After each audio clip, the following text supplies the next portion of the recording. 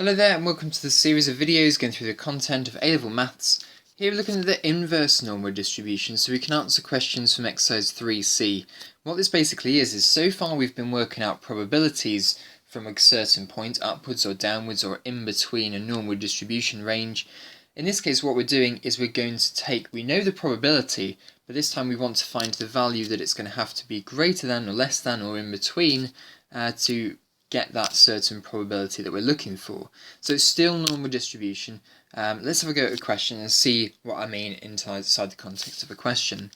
So given that x is normally distributed with a mean of 20 and a standard deviation of 3, find to two decimal places the values such that the probability of a certain value or less is 0.75, the probability that a certain value or more is bigger than 0.4, and the probability that a certain value in between 16 and that value is equal to 0.3. So to get an idea of what we're doing here, it's a really good idea to sketch yourself the normal distribution. Now in this case here, what we're looking for is the value where the probability of less than that value is equal to 0.75. So we're going to put a little marker on the right hand side of the 20 to make sure we've got enough area for 0.75 on that side. So we want to work out what this value here is going to be. I can sense that this value already is going to be more than 20. How much more than 20 is a little bit difficult to work out. Now there's a mode on your calculator to help you out for this. What you need to do, go to option 7 on the menu. Then you want to hit option number 3. That's the inverse normal function. Now once you've done that, you want to type in an area to the left. Now this area is always going to be an area to the left.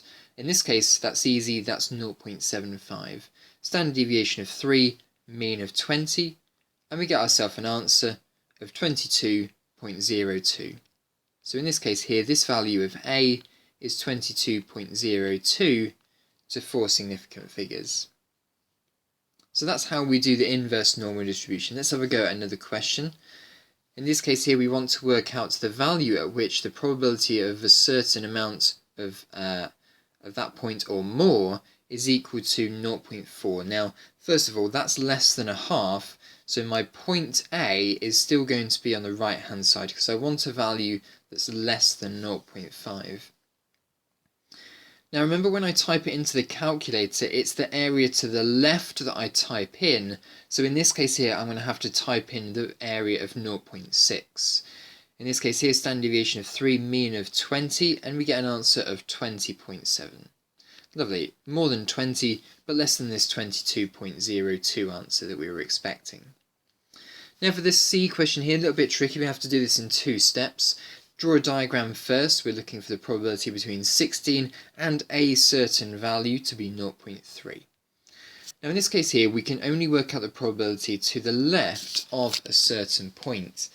Now what we would really ideally have is the rest of this area here, so that we could just work out what A is and combine these two probability areas together. So that's what we're going to do first. We're going to concentrate on finding this tail probability. So that's back to the normal mode of your normal distribution. Upper bound of 16, standard deviation of 3, mean of 20. And we work out that that area there is 0.0912.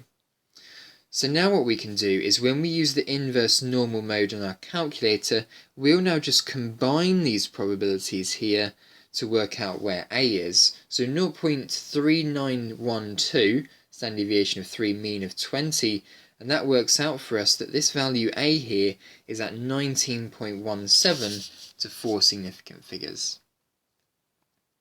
So there we are, that's how we use the inverse normal mode. It's working out the point on the normal distribution whereby that probability less than that point or more than that point is equal to a given value of probability. So we already know the probability that we're working out here. Let's have a go in a context. Plates are made using a particular manufacturing process having a diameter d in centimetres, which can be modelled using a normal distribution with a mean of 20 and a standard deviation of 1.5. Given that 60% of the plates are less than x centimetres, find the value of x. So, first thing, draw your normal distribution curve, put in the centre point of 20 there, and we want the plates to be less than x centimetres that has a probability of 60%. Now that's more than a half, so my marker for x here is going to be slightly on the right hand side there, with an area of 0.6, and we want to work out this x value at which the probability less than that is equal to 0.6. So standard inverse normal distribution function here. So area of 0.6, standard deviation 1.5, mean of 20, and we get an answer of 20.38. That's the answer to this question, 20.38. Next question, part B. Find the interquartile range of the plate diameters. Now in this case here, what we'd be looking for then is the marker that will give us, whoops, that's a marker, not a 3. The marker that will give us this probability of 0.25, and then we can just find the interquartile range by using some symmetry after that. So what we're looking for then is for the lower quartile and the upper quartile. Let's go ahead and now work this out. On the inverse normal mode of your calculator, typing in 0.25 as your area, 1.5 as your standard deviation, mean of 20, you should get 18.988. Try it out now on your calculator, make sure you get that as your answer so we can then carry on with the next bit. Now the next bit is now to work out the interquartile range. So we know that the, what we could effectively call it, the difference between the mean and the lower quartile, or the lower second quartile range, is going to be 1.012. So then it's going to be the same on the other side. This distance here to this distance here is going to be the same. So the distance from here to here is 1.011. The distance from there to there is 1.011. So double it. Double the 1.011, and we get 2.02 to 2 decimal places as our interquartile range. Right, okay then, your turn to have a go at this question here then. Pause the video and try this question out.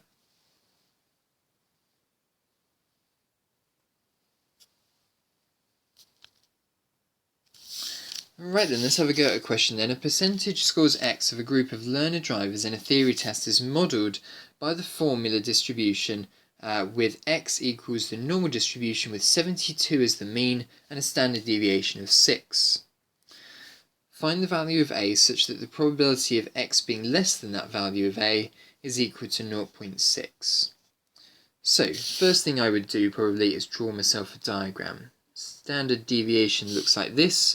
We've got a mean of 72, so I want an area of 0.6, and it's less than this amount, so I'm going to be shading in this side, area of 0.6, and I don't know what this marker here is. I'm expecting it to be bigger than 72, hopefully that will come out of the calculator. So typing in the area of 0.6, standard deviation of 6, mean of 72, and we get an answer of 73.5, and that's the answer to part A. Part B, find the interquartile range of the scores. Okay, well in this case here, what we'll do is we'll draw our normal distribution. And what I'm looking for is the point at which this will give us 25% of area here, 25% of area here, 25% of area here, and 25% of area down here. And I'm looking for these markers here, and then I'm looking for the difference between these markers. A little bit of a shortcut would be to work out the difference between these 2 points here, and then work out, then double that distance to get the total interquartile range. So I've got 72 in the middle there. The first thing I'll do then is I'll work out what this lower point here is. Area of 0.25 to the left, check. Standard deviation of 6, mean of 72, and I get a value of 67.95. 67.95 is this point here. So now what I'll do is I'll work out the difference between that and 72, and then double it. So I'm going to do 72 minus answer, that was the answer that I've got here, and then times that by 2, and we get an answer of 8.09. that is the interquartile range. So the interquartile range here is equal to 8.09. Hopefully that made sense there. So have a go at plenty of the questions from exercise 3C. It's the inverse normal mode 3 on your calculator after going through the normal distribution. But make sure you have a go at the problem solving questions, the exam style questions, but do ask your teacher for help if you need any. Great, thanks very much for watching.